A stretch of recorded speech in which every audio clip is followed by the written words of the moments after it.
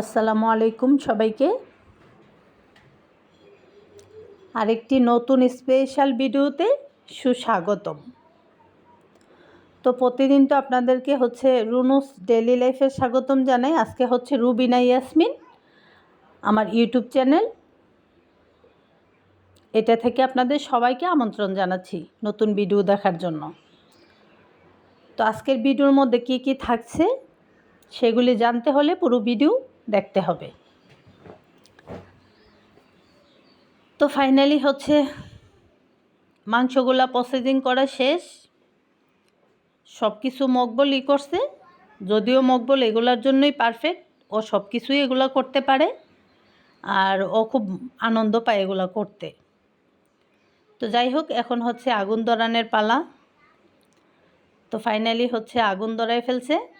আর এই যে দেখেন, আমাদের ভাইজান তো আগুনের কাছে, কয়লার কাছে থাকতে থাকতে এতটাই গরম লাগতেছে ওনার যে উনি টি শার্টটাও খুলে ফেলছে, আমাদের শাহ আলম ভাই। আর এইদিকে আমার হাত পাখার বাতাসে আমার দুলা ভাই হাত পাখা দিয়ে বাতাস করতেছে। তো আমার কাছে ভালোই লাগতেছে। সবাই মিলে কোনো কিছু করতে তো আসলে আনন্দই লাগে, খুব ভালো লাগতেছে। তো এটা গতকাল সন্ধ্যার ভিডিও। যদিও আমি তখন পর্যন্ত ছিলাম যতক্ষণ পর্যন্ত এটা ফুটতেছিল। পুরার পরে যখন খাওয়া দাওয়ার পালা, তখন আমি আইসা পড়ছি বাসায়। তখন ছিলাম না আমি, কারণ আমার ছেলেরা বাসায় ছিল না, বাসা খালি। তো সে কারণে আমি বাসায় চলে আসছি। যদিও আমার মকবুল ফোন দিছে, কিন্তু আমি যাই নাই। তো যাই হোক, অনেক ভালো লাগছে। আর ফাইনালি এখন আমাদের শাহ আলম ভাই টেস্ট করবে কেমন হয়েছে।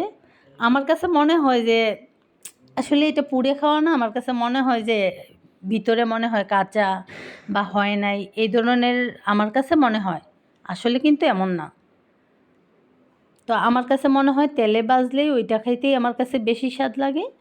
কিন্তু আমার ছেলেরা কিংবা মকবুল তারা সবাই পুড়ে খাইতেই বেশি পছন্দ করে।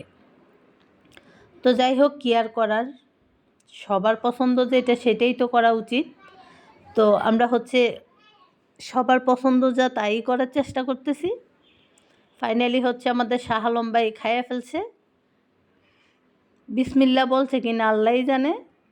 তো খাইয়া ফেলছে। এই যে দেখেন, আমাদের মকবুল তো অর্ধেকগুলো করা শেষ, এখন বাকিগুলা দিতেছে।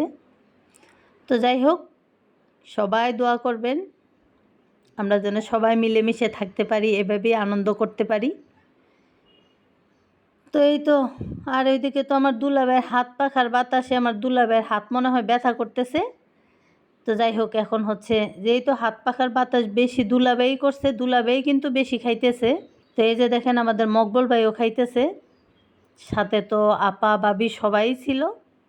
সবাই অনেক আনন্দ করে খাইছে। আমি অবশ্য বাসায় কেউ ছিল না, সে কারণে আমার মিস হয়েছে, আমি যাই নাই। আল্লাহ হাফেজ।